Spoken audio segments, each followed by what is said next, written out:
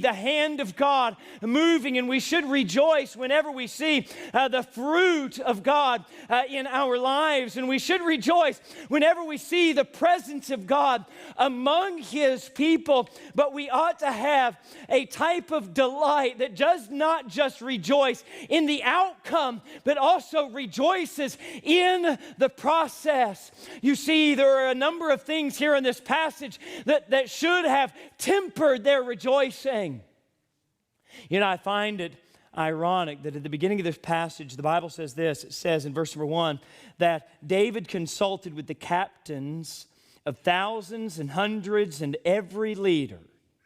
And David said unto all the congregation of Israel, notice what he says here after consulting them in verse number 3. He consults with all of these people and he says, let us bring again the ark of our God to us, for we inquired not at it in the days of Saul. You know what he's saying?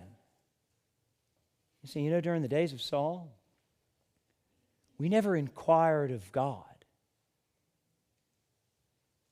I don't know how much of a politician David was. He seems to be a man of integrity and has a good heart, godly heart. But was he just trying to throw shade on the former administration? I'm not sure. Biden did it that way. Trump did it that way. Saul, well, he never inquired of the ark. Let's bring it in. You know the irony that I see?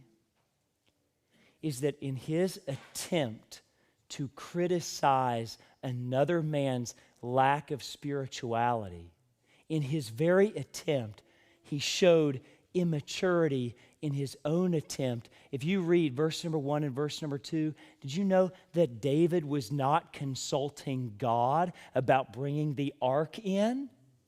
In fact, it says in verse number 1, and David consulted with, and here it is, the captains of thousands and hundreds, and with every leader. And David said unto all the congregation, what a democratic man David was. What a forward thinker.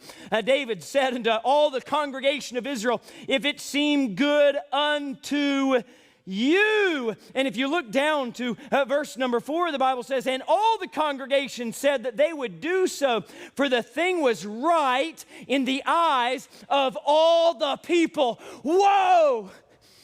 Are you seeing this? David is blinded to his own error.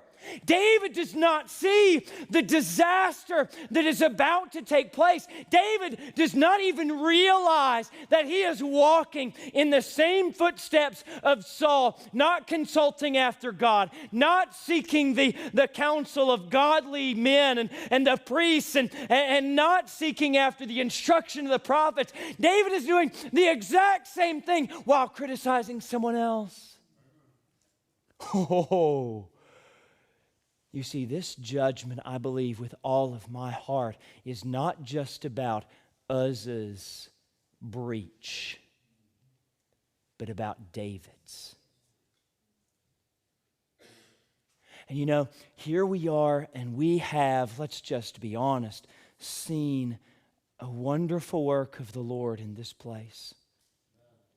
And I rejoice in that.